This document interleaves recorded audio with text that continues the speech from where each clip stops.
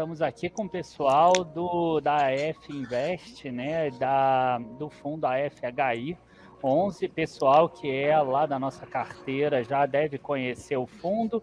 Outras casas também já estão recomendando a AFHI, que é um fundo de recebíveis, mas hoje a gente trouxe aqui não apenas os gestores do fundo, trouxemos também o Evaldo, né, que é um cara que tem muita experiência em imóveis, em fundos imobiliários, e ele vai conseguir trazer toda a experiência que ele tem. Vai ser muito legal, muito bacana essa live de hoje. Então, queria dar boa tarde para vocês. Primeiro para o Giareta, que eu já conheço pessoalmente, lá no Fórum GRI a gente se conheceu e foi muito legal.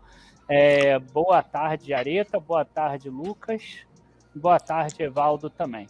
Fiquem à vontade aí, a gente vai falar bastante sobre cenário de fundos imobiliários e sobre a AFHI também. Tá bom, Daniel. Muito obrigado pelo convite. O pessoal do Dica de hoje, acho que é uma casa que a gente admira bastante, né, que transita em várias áreas do mercado e muito bem. Dá boa tarde para o Evaldo e para o Lucas, meus parceiros aí de trabalho. A audiência, né, domingo à tarde está aqui presente, bem importante. E todo o pessoal lá da Araújo Fontes, né, que somos quase 100 pessoas lá hoje. E aqui a gente está representando a empresa, em nome deles, espero que a gente represente eles bem. Boa. E vamos lá, Lucas, o que você tem para falar para a gente aí nesse início? Bom, Daniel, boa tarde. Obrigado aí pelo convite. Nós ficamos honrados aqui em participar desse evento. Boa tarde a toda a audiência também. O AFHI, tá, Nigri, foi um projeto ali iniciado por mim e pelo Evaldo, e tivemos a grata surpresa aí, o Giareta vindo aí como sócio dessa empreitada, logo no início, aí, quando o fundo nasceu.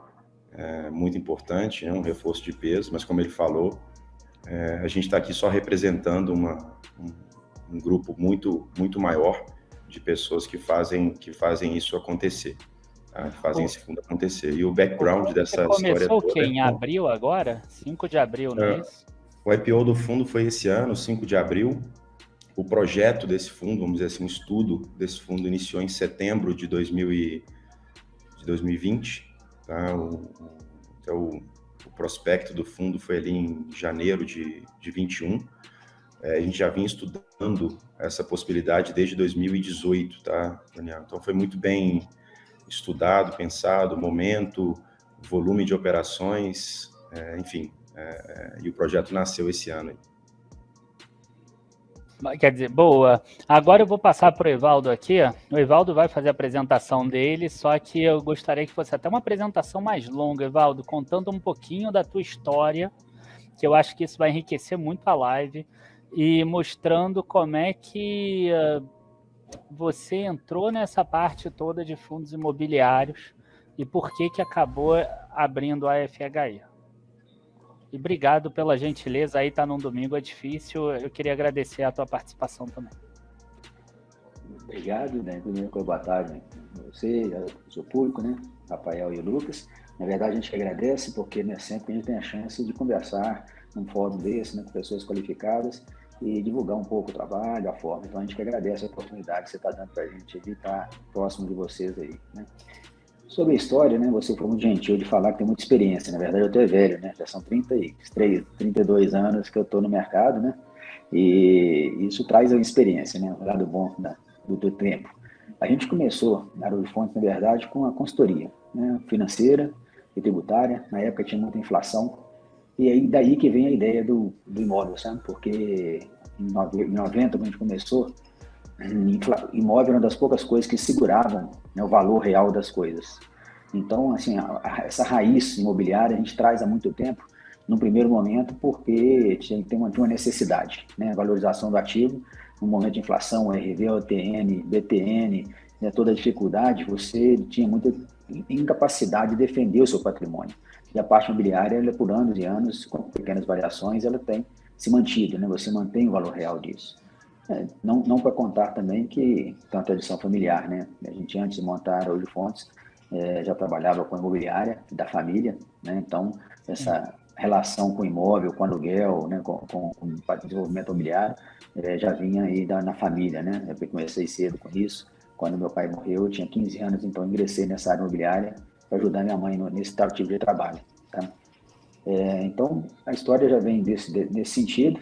A gente, originalmente, né, não tinha a parte de gestão de recursos na área de fontes, mas através dos processos de M&A, a gente foi convidado por um dos clientes a montar uma estrutura de fundos. E nesse momento a gente começou com o fundo de ações, porque era a tese do nosso cliente, e montou em paralelo um fundo de renda fixa. E aí vem o segundo lado da relação com o imóvel, né? Porque o imóvel também tem um lado de crédito muito forte. E a gente está no fundo de renda fixa. Então, quando o Lucas comentou, e o Rafael da equipe, né, a gente tem uma complementaridade, porque desde lá de 94, quando a gente fez a primeira transação, depois em 2010, quando a gente formalmente fez a estrutura da F Invest, né, que é a nossa gestora, a gente vem trabalhando muito em crédito, né, que tanto seja ele imobiliário, seja ele o crédito em geral. Né? E nesse passar, a gente acabou complementando mais ainda, porque a gente agregou, além da parte de M&A, que gerava operações de build-to-suit, operações imobiliárias, leaseback, ou até mesmo soluções na hora de fazer M&A, que você segregava a parte imobiliária da parte da própria empresa, a gente começou a estruturar operações de crédito. Então, a gente tem desenvolvido aí mais de BI, nesses últimos anos, de CRI para clientes, bem mais do que BI, eu perdi um pouquinho a conta. Só que a gente sempre fazendo a estruturação disso e buscando terceiros para fazer a compra. Então, esse desenvolvimento, quando o Lucas veio com a ideia também, já tinha mais uma incorporação que era gente gerando para os nossos clientes.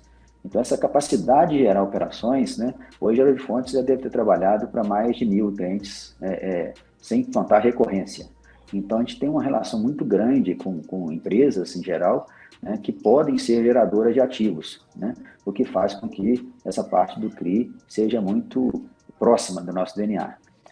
Então, acho que a história, tentando ser mais curta, e se você quiser entender mais detalhes, mas é isso, a gente começou muito para entender o imobiliário como uma defesa de valor, por causa de inflação. Depois a gente entendeu como uma geração de renda recorrente, porque você tem, né, nos tempos altos e baixos, com todos os riscos que você tem de não ocupado ou não, mas existe uma demanda imobiliária crescente, a população crescendo, né, a melhoria dos imóveis. Essa é outra coisa importante, a gente sempre gostou de imóvel de qualidade, né, não importa a quantidade, é importante você ter um imóvel de qualidade, porque com todos os percalços ele vai continuar sendo um ativo importante. Depois disso, foi o imóvel como parte das atividades de M&A, né? Ou como solução, ou como ampliação, ou como diminuição. Depois foi a própria estrutura, demanda dos clientes, né? Por causa de ativos de renda. E, finalmente, antes do fundo chegar, foi a capacidade de originação. Então, a gente está cercado por imóveis de todas as naturezas, né? E mesmo quando a gente está trabalhando crédito tradicional, né? A gente vê que muitas vezes a garantia é imobiliária. Então, a gente está envolvido com essa parte imobiliária. Então, a ideia aí que está na frente do Lucas e Jareta do fundo imobiliário, ela casa totalmente com a nossa estratégia, apesar de hoje fontes ter fundos de outros tipos, né? Tem fundo de renda fixa, tem fundo de multimercado, tem fundo de ações, mas o crédito é a essência e a parte imobiliária a gente conseguiu realmente concretizar um sonho aí que tinha bastante tempo que a gente estava analisando, que é fazer isso. E acreditamos que tem muito ainda nessa parte imobiliária, porque, de novo, apesar do nosso fundo ser ainda pequeno, hoje a gente gera muito mais papel do que a gente consegue consumir. Então, a gente quer participar em todas as frentes dessa parte imobiliária, né? Originando, comprando, vendendo, acessando os nossos clientes de terceiros. Então, a gente quer fazer parte desse ecossistema cada vez de força, com mais força. Boa, muito legal esse início teu. Agora, uma dúvida que sempre surge, principalmente porque o Brasil talvez ele não cresça há 7, 8 anos, é o seguinte, né? Você falou que o imóvel era uma das coisas que lá na década de 90 garantia a correção monetária, né, da inflação. Então você tinha um imóvel, o Brasil estava na hiperinflação, mas você sabia que aquele imóvel ia mais ou menos manter o valor no tempo, até por causa da escassez que você falou depois.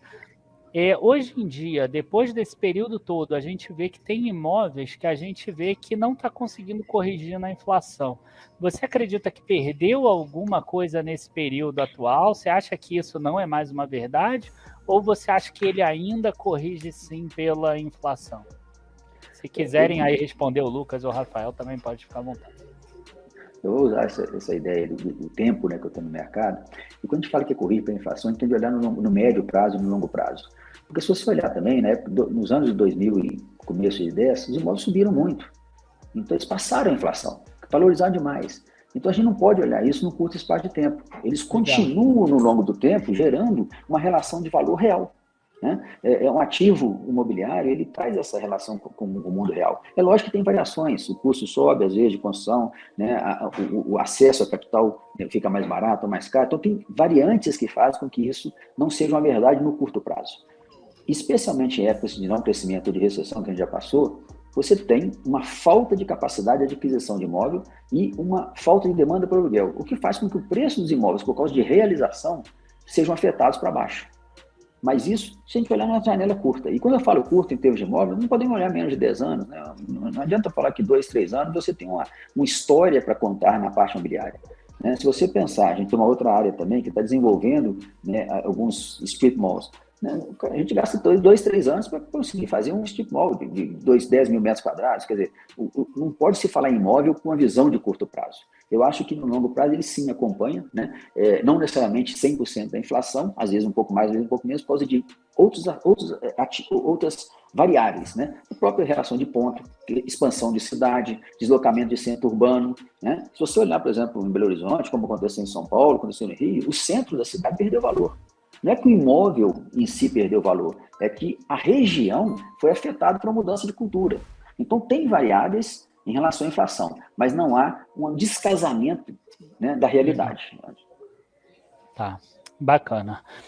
Gente, eu vou passar agora para uma pergunta mais do fundo, então acho que vai ser para o Rafael, para o Lucas, que é o seguinte: o Evaldo falou que vocês fazem a geração dos créditos, né? Pelo menos foi o que eu entendi, e mais que o consumo dessa geração ainda é menor do que a capacidade que vocês têm.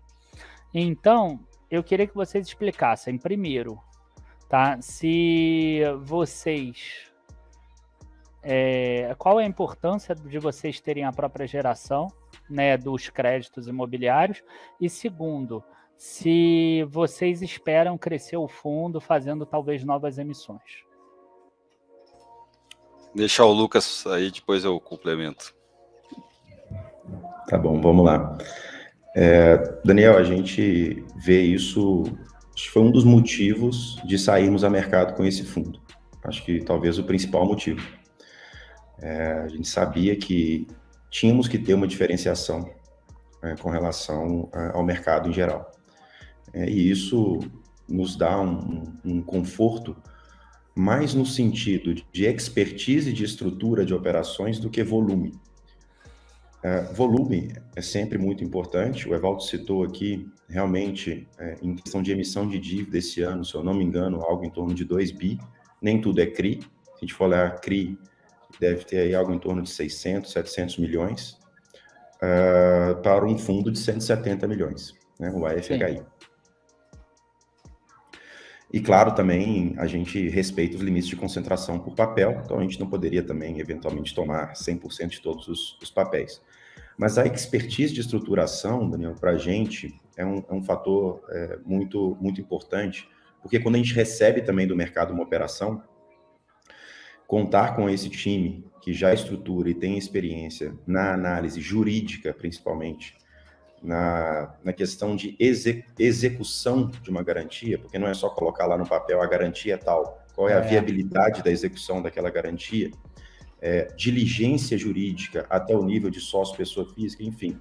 É claro que a estrutura do CRI, ela naturalmente já vem com o seu advogado, né? O advogado do CRI, mas também a gente conta com uma equipe com vasta experiência jurídica para advogar para o fundo, vamos dizer assim, advogar para o comprador do CRI, para o investidor.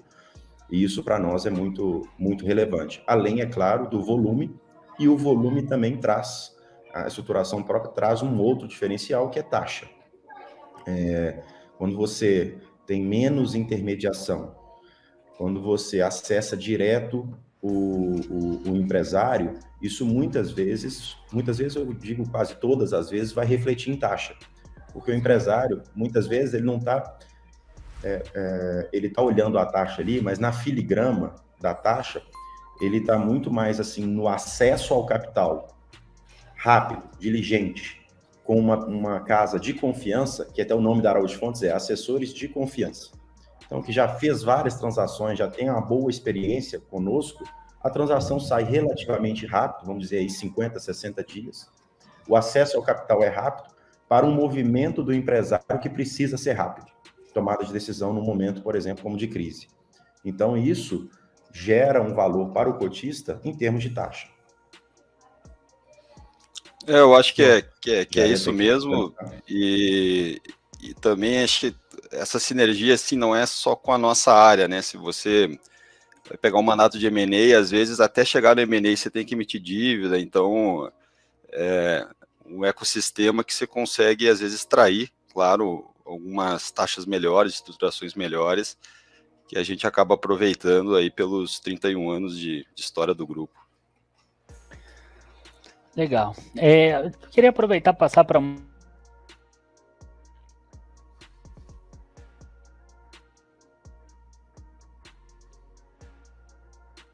Acho que o Daniel congelou.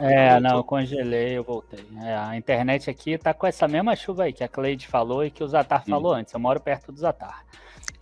Mas ontem a gente estava aqui com o pessoal do Real Investor, né, com o Anderson, com o Cezinha e etc. E eles são de Londrina, né? E eles não ficam no eixo Rio-São Paulo. Se você olhar o Buffett lá nos Estados Unidos, ele é de Omaha, completamente longe do eixo ali de Nova York, ou mesmo lá da costa oeste, por exemplo, que seria aqueles eixos mais financeiros dos Estados Unidos. Então, eu queria perguntar para vocês o seguinte, vocês também não são do eixo Rio-São Paulo. Quais são as grandes vantagens que vocês têm por não serem do eixo? O Evaldo pode responder bem essa aí. Vai lá, Evaldo.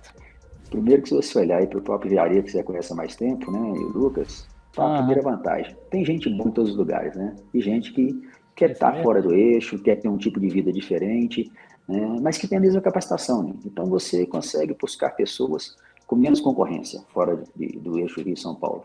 Pessoas de qualidade, né, que poderiam estar em São Paulo, né, como a gente tem um escritório em São Paulo, o Lucas visita, Jair visita, a gente visita, que precisa estar também, né, eu brinco na capital, mas a primeira coisa é isso, você tem gente boa em todo lugar no Brasil, né, você tem que dar oportunidade para essas pessoas, a gente está dando essa oportunidade há muitos anos, a gente acredita nisso, tem um programa muito forte de treinamento. Então, a vantagem de você estar fora é não ter tanta disputa pelas pessoas de qualidade.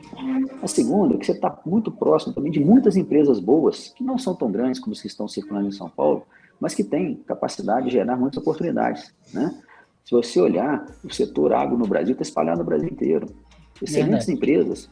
Você pode fazer, a gente fez uma operação com uma empresa bem Brasil, que ninguém veio falar, mas líder de batata congelada, está no interior, né? Lá em Araxá, pouca gente, depois descobre, lógico, faz a primeira emissão, segunda emissão, outras operações nesse sentido, né? Vão aparecendo empresas nesse sentido, mas você tem diversas, a gente fez a Forno de Minas, que é uma empresa mineira de pão de queijo aqui, né?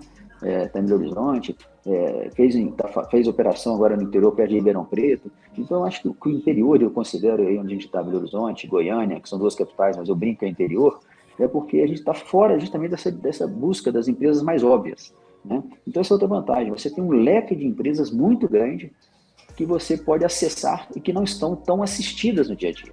Cada dia está se tornando menos verdade, tá, Daniel? Porque as empresas estão buscando mais para fora.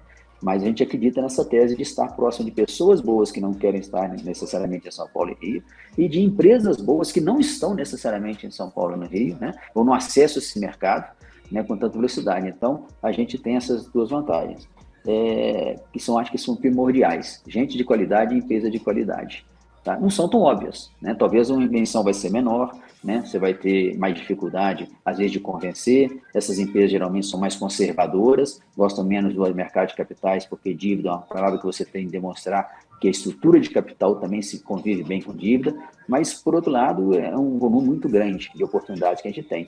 Basicamente, eu diria que é isso que a gente tem de vantagem, né? A desvantagem é uma, para te falar a verdade, a distribuição está mais no Rio e São Paulo, né? Então, essa é a desvantagem. Mas, para isso, a gente, tendo bons papéis, boas oportunidades, bons ativos, né? Também, a gente, como hoje, muito bem recebido por todas as casas.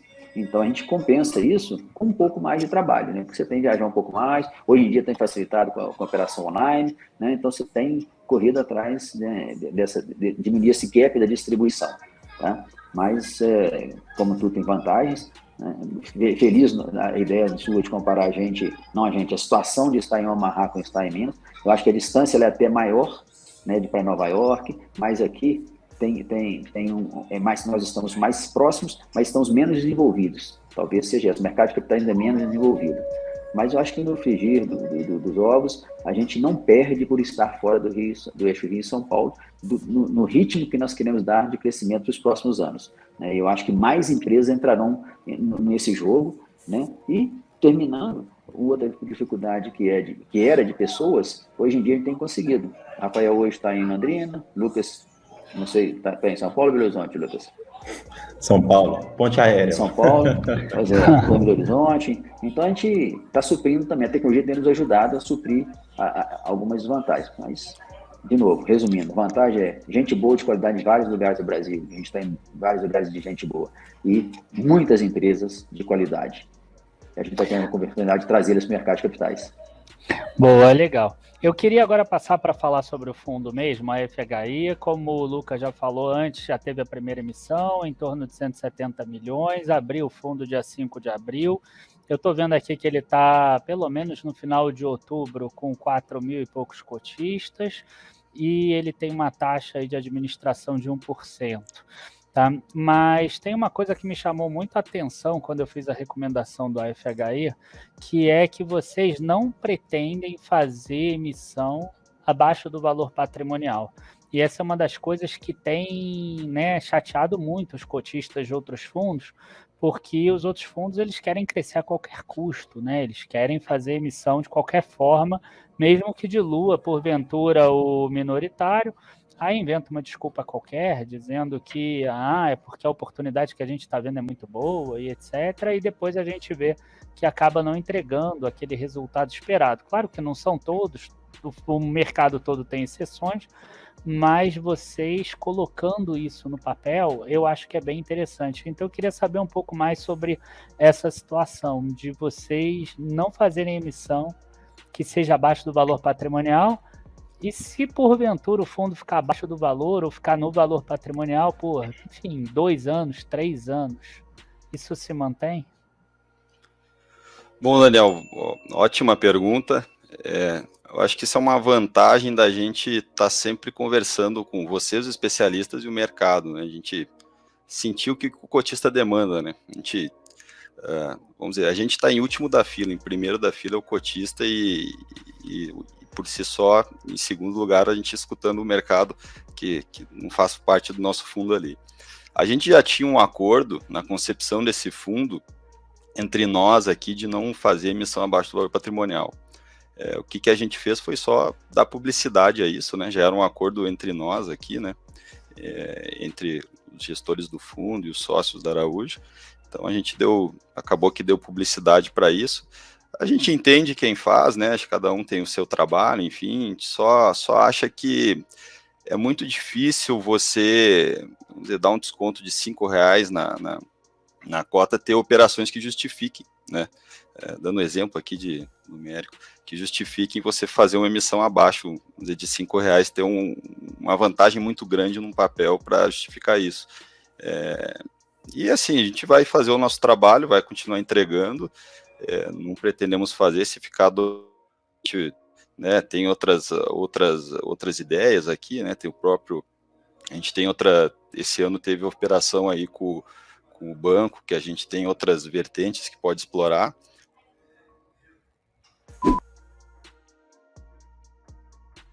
Um dos princípios da Araújo Fontes, desde essa fundação, é relacionamento de longo prazo. O que eu quero dizer com isso? A gente não vai fazer nada que seja voltado para o curto prazo. Isso é princípio, isso não é uma questão do AFHI somente. Tá? Nossas relações com clientes, a gente quer ter recorrência, quer trabalhar. A gente trabalha no negócio, sim, para ganhar dinheiro, mas ganhar constantemente, porque é uma relação de mão dupla. Né? O cliente ganhando mais, a gente ganhando mais. Então, acho que o principal motivo disso é que a gente acredita em relações de longo prazo. Tá? A gente vai fazer as coisas para, no longo prazo, né, tratarmos o cliente da maneira correta. né? Que ele, na verdade, é o nosso patrão, né? Usando a palavra. Então, a gente vai estar sempre buscando essa relação de longo prazo, e por isso que a gente já colocou, antes de divulgar, essa filosofia de não fazer emissões abaixo do valor patrimonial. Por quê? Porque quem entrou com a gente na primeira emissão, além de ter nos financiado no primeiro momento, né, nos prestigiou e continua nos prestigiando. E nós queremos prestigiar quem nos prestigia. É uma relação, de novo, dupla. Então, nós vamos continuar prestigiando, principalmente quem já é nosso cliente, quem já é nosso cotista, quem já está com a gente. Ainda que por um motivo ou outro, esse cotista tem saído e voltado, né? Não importa, mas nós estamos buscando, os nossos cotistas serão prestigiados, como eles nos prestigiam tendo na carteira deles. Tá? Então, o objetivo aqui, mais do que somente, né, um benefício financeiro de curto prazo, é efetivamente um relacionamento de longo prazo. E por isso que a nossa filosofia de não fazer abaixo do patrimonial. Muito legal, muito bom. E vamos ver se os meninos conseguem entrar, mas você deve saber a estratégia do fundo e etc. Então, vou perguntar para você. Mas tem uma questão aqui dentro do fundo que fala sobre posições que são estratégicas e posições que são táticas. Sim. E aí, se você souber explicar um pouco, acho que você vai saber, né? O que significa uma posição tática, o que significa uma posição estratégica. Tá. A gente tem a posição estratégica, é aquela que são os papéis que a gente está buscando ter na carteira no longo prazo. Então, a gente trabalha para isso, seja originando, seja em parceria com outro originador, né? Seja com o cliente, que a gente tem relacionamento de longo prazo, e também buscando as taxas que a gente acredita que são as taxas compatíveis com a nossa expectativa de retorno. E o papel tático é aquele que nós preferimos ter recursos, né, em papéis também, o Lucas conseguiu voltar, ele pode completar, em papéis que a gente vai fazer uma operação de curto prazo, para modificação da carteira, porque a carteira é uma carteira viva. Ela não é uma carteira que você vai pegar e vai carregar o resto da vida, né? Ela tem amortizações, ela tem vencimento, o papel acaba, então é uma carteira viva. Então, essa tática é justamente para complementar o nosso saldo de caixa em momentos temporários, enquanto a gente está cada vez mais alocando a posição estratégica. E aproveitando aí que os dois conseguiram voltar, talvez o Rafael queira... Eu perguntei para o Evaldo, já que vocês não estavam aqui, qual era a diferença de uma posição tática e uma estratégica na carteira? Daniel, a questão de tática e estratégica, a gente sempre se preocupou muito com a questão de rentabilização do patrimônio, 100% do patrimônio do fundo. Isso aconteceu no início do fundo, se você for ver, a posição tática ela se alterou bastante do relatório ali de maio até hoje. Então, a gente tinha ali, por exemplo, 20 milhões em papel do GPA, que hoje deve ter um salto ali de 3 ou 4, por aí. E por quê? Né? Qual é o motivo disso? A gente já vislumbrava a venda desse papel.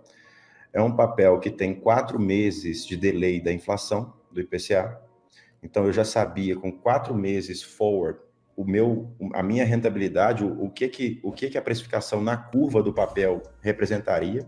A venda que eu faria seria na curva, ou seja, eu poderia tomar a decisão ali de caixa, aguardar o que eu estava estruturando, que eu sabia que ia liquidar dali 2, 3 meses. Mas o meu caixa naquele momento era Selic, obviamente, e estava a taxas extremamente baixas, ou fazer essa posição tática. É claro que você tomar a posição tática, você corre riscos também, né? Você corre o risco de liquidez daquele papel no futuro. Mas a gente tenta minimizar esses riscos com conversas prévias, né, com futuros compradores daqueles determinados papéis, para a gente minimizar esse risco. Mas a ideia é basicamente, se eu sei, a maioria dos papéis de CRI tem 2, 3 ou 4 meses de delay do índice de correção para a curva do papel. Isso nos dá uma tranquilidade muito grande para prever rentabilidade e o resultado disso na venda.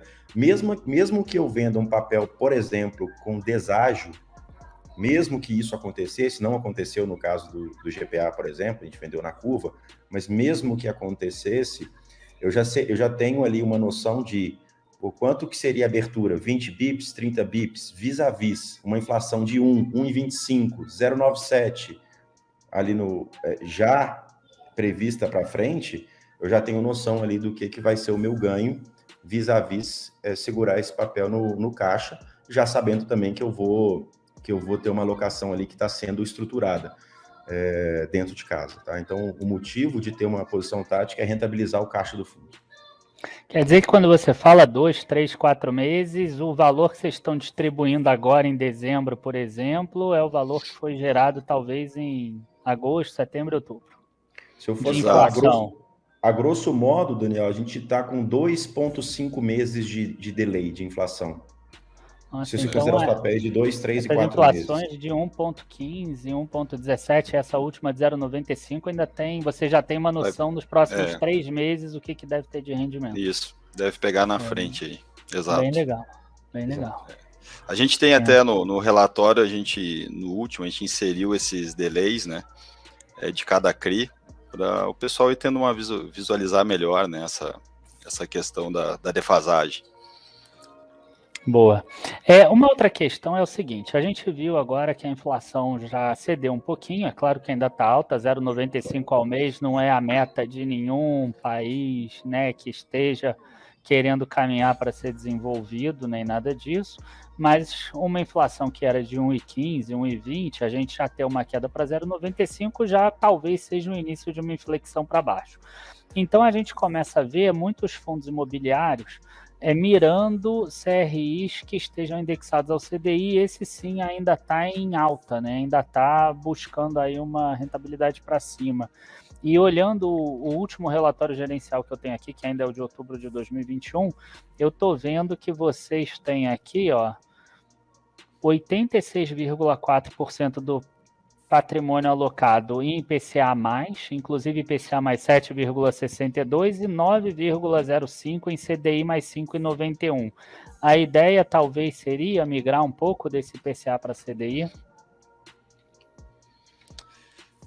Sim, né, a gente tem feito isso já os últimos meses. Como lá no início do ano foi a nossa ideia alocar rápido IPCA, né, por já ter uma expectativa de alta aí forte, que acabamos, né, tendo uma assertividade aí, foi bem forte, assim, esse índice nesse ano. Agora a gente tende a migrar, mas de maneira, né, mais suave também, né, não com, deve ficar aí muito IPCA o fundo ainda, mas com certeza a gente está seguindo essa migração para CDI. A gente legal. Tem dois, só complementando, pode falar? Pode.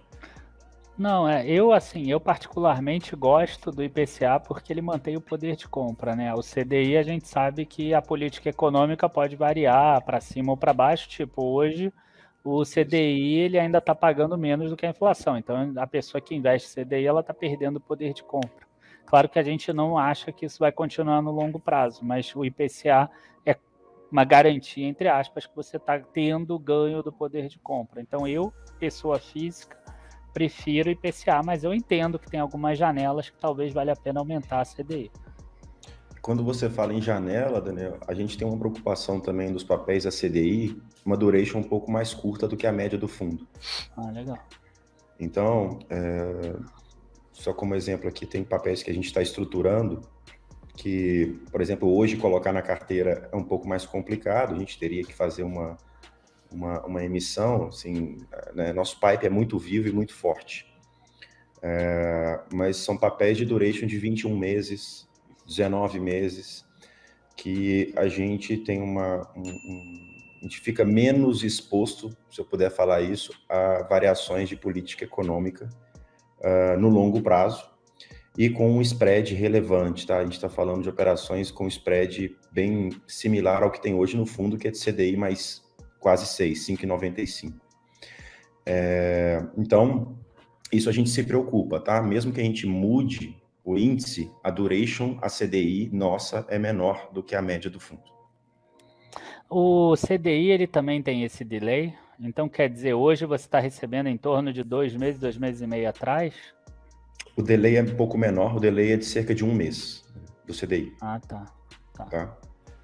Então, esse mês ainda receberia o 7,75 talvez, e no outro já receberia o 9,25. Perfeito. Tá.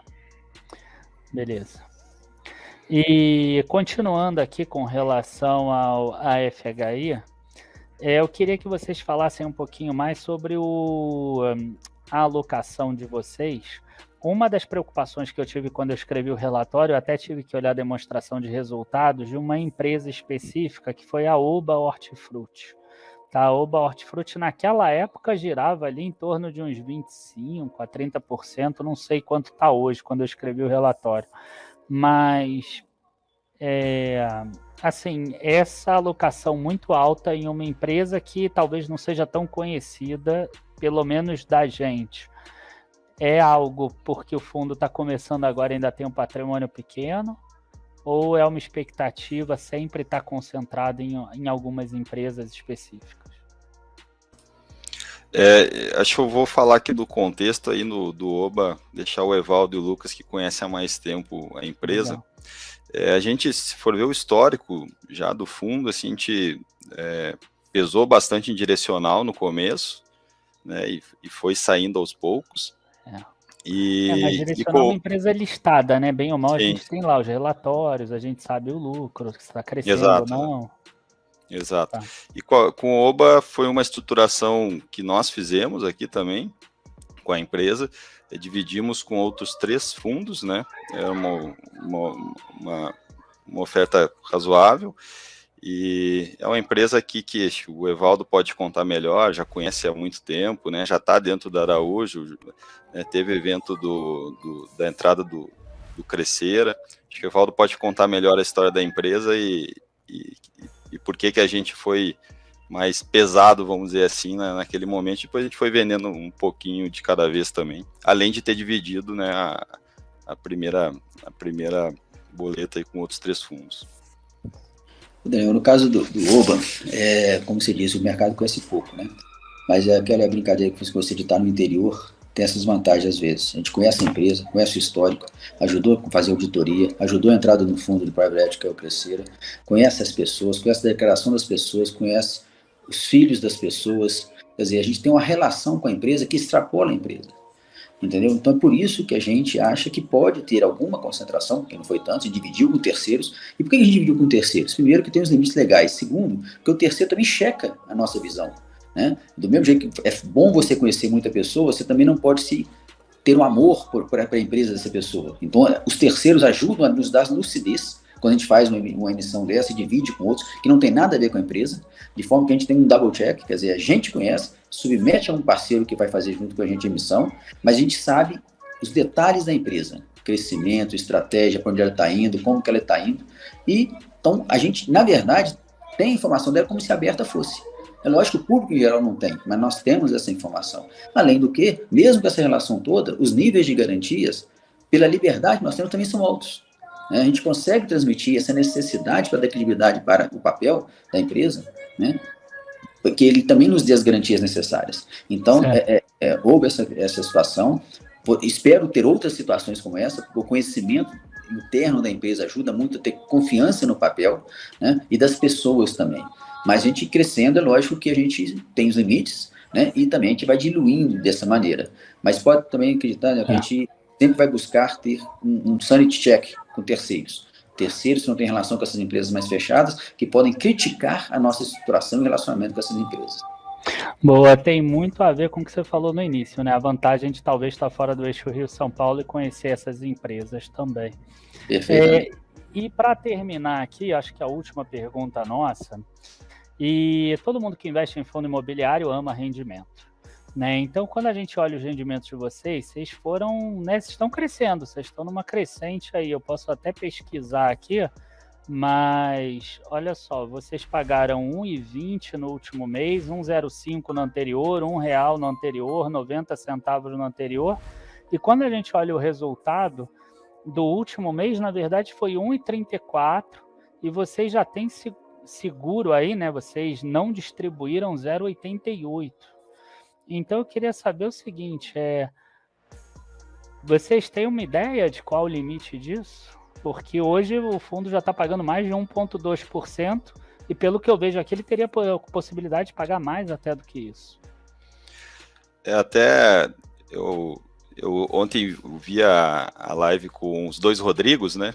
Vocês participaram, e você colocou muito bem, né, que o Rodrigo ele tem esse temor de quando a inflação estabilizar, os fundos de papéis, né, sofrerem, né, na distribuição, né, e com isso a cota sofrer também. Só que diferente, acho que de tempos atrás, os fundos de papéis não subiram também, né, e os de tijolo caíram mais ainda. Sim. Então, você colocou que não é que de papéis eu não gosto, é que o tijolo caiu muito no fim do dia, né. Sim.